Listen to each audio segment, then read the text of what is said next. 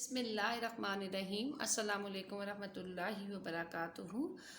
جی 10th class میں امید کرتی ہوں کہ آپ سب اللہ تعالیٰ کے فضل و کرم سے خیر و عافیت سے ہوں گے، اور جتنے بھی لیکچرز اب تک میں نے آپ کو دیے آپ بخوبی ان سے مستفید بھی ہو رہے ہوں گے۔ اپنے لیکچر کا آغاز کرنے سے پہلے ان میں اضافے کی دعا پڑھ لیجئے۔ ربی اشرح لی صدری ویسر لی امری واحلل عقدۃ من لسانی یفقہوا قولی ربی زدنی علما۔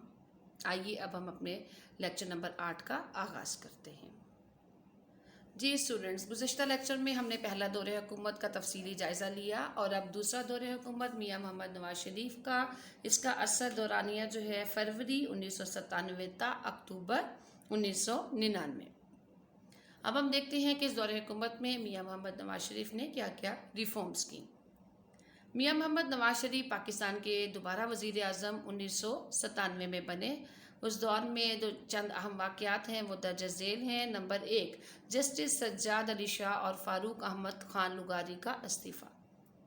ابھی میاں محمد نواز شریف کی حکومت صرف قائم ہوئے ایک مہینہ ہی گزرا تھا کہ سپریم کورٹ کے چیف جسٹس سجاد علی شاہ کے ساتھ ان کے اختلافات شروع ہو گئے۔ ان کی آپس میں ٹینشن جو ہے، چپکلش اور یہ ناراضگی کہہ لیں، ایک ماہ تک محیط رہی کہ فوج کی مداخلت سے چیف جسٹس سجاد علی شاہ کو اپنے منصب سے مستعفی ہونا پڑا، یعنی ان کو اپنے عہدے سے استعفیٰ دینا پڑا۔ اس کے بعد صدر پاکستان فاروق احمد لغاری نے بھی اپنے عہدے سے استعفیٰ دے دیا۔ دوسری اہم ریفارم جو ہوئی وہ ہے جسٹس ریٹائرڈ رفیق تارڑ کا بطور صدر پاکستان انتخاب۔ دسمبر 1997 کے صدارتی انتخاب میں جسٹس رفیق تارڑ نے پیپلز پارٹی کے آفتاب شوبان میرانی کے مقابلے میں انتخاب جیتا اور صدر پاکستان بن گئے۔ نمبر 3، قرض اتارو ملک سنوارو مہم۔ اس دور میں پاکستان کی اقتصادی صورتحال بہتر نہیں تھی، اس کے باعث حکومت کو بجٹ چلانے کے لیے IMF سے قرض لینا پڑا۔ میاں محمد نواز شریف نے اپنے دوسرے دور حکومت میں ایک مہم چلائی۔ اس مہم کا نام انہوں نے قرض اتارو ملک سنوارو رکھا، اور اپنی نشری تقریر میں انہوں نے غیر ملکی قرض اتارنے کے لیے قوم سے قرض حسنہ کی بھی اپیل کی۔ میاں محمد نواز شریف کی اس اسکیم پر عوام نے ان کو لبیک کہا، اور بہت بھاری تعداد میں انہوں نے خزانے میں رقوم بھی جمع کرائیں۔ نمبر 4، غیر ممالک میں مقیم پاکستانیوں کو پاکستان میں ووٹ کا حق۔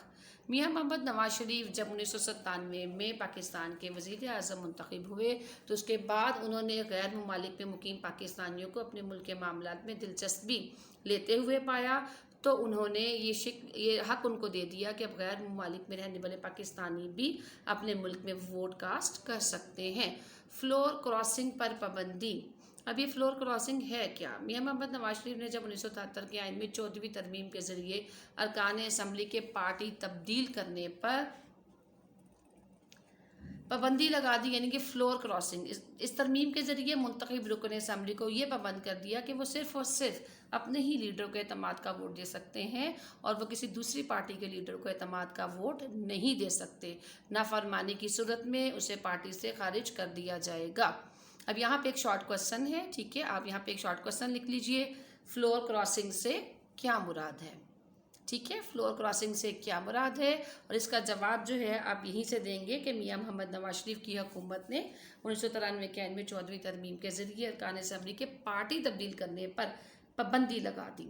اس کو پوری وضاحت کے لیے آپ یہاں تک لکھ دیں گے کہ نافرمانی کی صورت میں اسے پارٹی سے خارج کر دیا جائے گا۔ شارٹ کوسچن میں دوبارہ سے ریپیٹ کر رہی ہوں کہ فلور کراسنگ سے کیا مراد ہے۔ چھٹی جو ریفارم انہوں نے کی وہ یہ تھی کہ 1998 کی مردم شماری۔ میاں محمد نواز شریف نے ملک میں مردم شماری بھی کروائی۔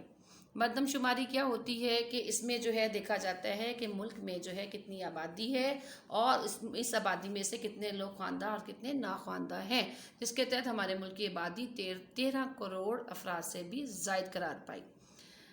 نواز شریف نے نئی تعلیمی پالیسی بھی بنائی۔ اس پالیسی میں انہوں نے 1998 میں وفاقی وزیر تعلیم سید غوث علی شاہ نے ایک نئی تعلیمی پالیسی کا جب اعلان کیا تو اس کے تحت بہت سے تعلیمی ادارے کھولنے کا فیصلہ کیا گیا۔ لاہور اسلام آباد موٹر وے کا کریڈٹ بھی نواز شریف کی حکومت کو جاتا ہے۔ میاں محمد نواز شریف نے جنوبی ایشیا کی بہت ہی لمبی طویل ترین جو ہے موٹر وے اسلام آباد تک بنا کر ایک عظیم کارنامہ سر انجام دیا۔ یہ منصوبہ میاں نواز شریف کی پہلے دور حکومت کا تھا، لیکن اس کی تکمیل دوسرے دور حکومت تک مکمل ہوئی۔ 1998 میں میاں محمد نواز شریف نے خود اس موٹر وے کا باقاعدہ طور پر افتتاح بھی کر دیا۔ 1993 کے آئین سے 58(2)B شق کا خاتمہ کر دینا۔ جیسا کہ پہلے بھی ہم نے دیکھا کہ میاں محمد نواز شریف کا پہلا دور حکومت بھی اسی آئین کی شق یعنی 58(2)B کی وجہ سے ہوا، اور اس سے پیچھے اگر ہم ہسٹری کو دیکھیں تو بے نظیر بھٹو کی حکومت کا خاتمہ بھی اسی آئین کی شق کی وجہ سے کیا گیا۔ تو میاں محمد نواز شریف نے کیا کیا کہ حزب مخالف کو اپنے ساتھ ملا کر آئین میں سے یہ 58(2)B شق کو نکال دیا، جس کے ذریعے کوئی بھی صدر کسی بھی اسمبلی کو کسی وقت بھی توڑ سکتا تھا۔ 13ویں ترمیم کے ذریعے صدر کا یہ اختیار ختم ہو گیا، یعنی اس آئین کی شق کو آئین میں سے نکال کر صدر کے ہاتھ یہ اختیار نہیں رہا کہ وہ اسمبلی کو توڑ پائے۔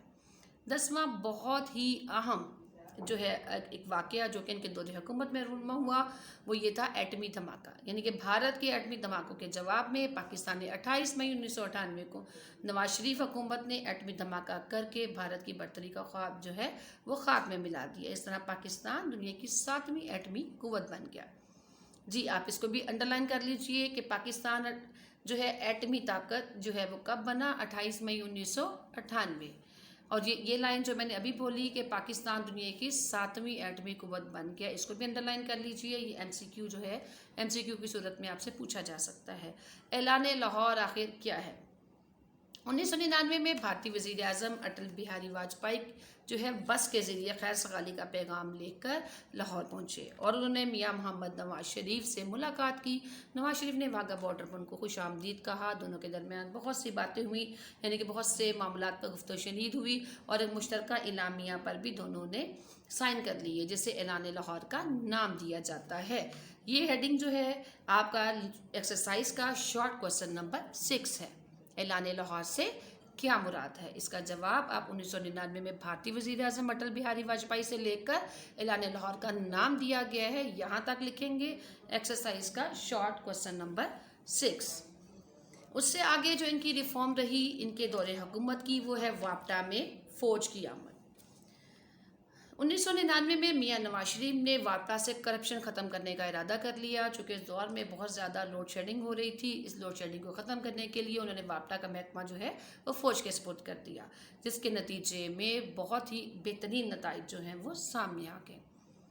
کارگل پر لشکر کشی۔ 1999 میں کارگل کے محاذ پر پاکستان اور انڈیا کی فوجوں کے درمیان اکثر اوقات جنگ ہو جایا کرتی تھی۔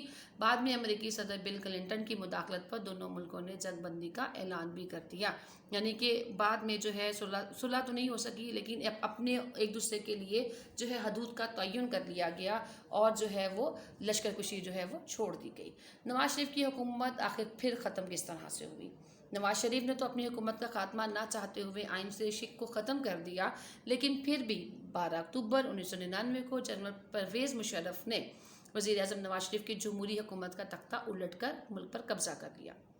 طیارہ اغوا کیس میں خصوصی عدالت نے نواز شریف کو کسی بھی پبلک عہدے کے لیے نااہلی، جرمانے اور قید کی سزا سنا دی، اور سعودی عرب کی مداخلت پر انہیں جلا وطن کر کے سعودی عرب بھیج دیا گیا۔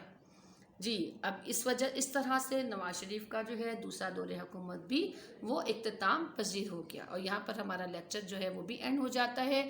آج کے لیکچر میں ہم نے نواز شریف کا دوسرا دور حکومت پڑھا، ان کے دور حکومت میں ہونے والی ریفارمز کا بغور جائزہ لیا۔ جیسے گزشتہ لیکچر میں بھی میں نے آپ کو بتایا، یہ ہمارا ایکسرسائز کا لانگ کوسچن نمبر جو ہے وہ 5 بنتا ہے۔ اس میں آپ نے دونوں ادوار کا لکھنا ہے، یعنی نواز شریف کے دونوں جو ہے دور حکومت کا بغور جائزہ لیجئے یا ان کے بارے میں تفصیلاً لکھیے۔ تو آج کے لیکچر میں جو میں نے دوسرا دور حکومت پڑھایا، آپ نے اس کو اچھی طرح سے یاد کر کے انہی نکات اور پوائنٹس کو جو ہے اپنے رجسٹر پر خشخط کر کے آپ نے لکھ لینا ہے۔ انشاءاللہ اگلے لیکچر میں پھر ملیں گے۔ السلام علیکم ورحمۃ اللہ وبرکاتہ۔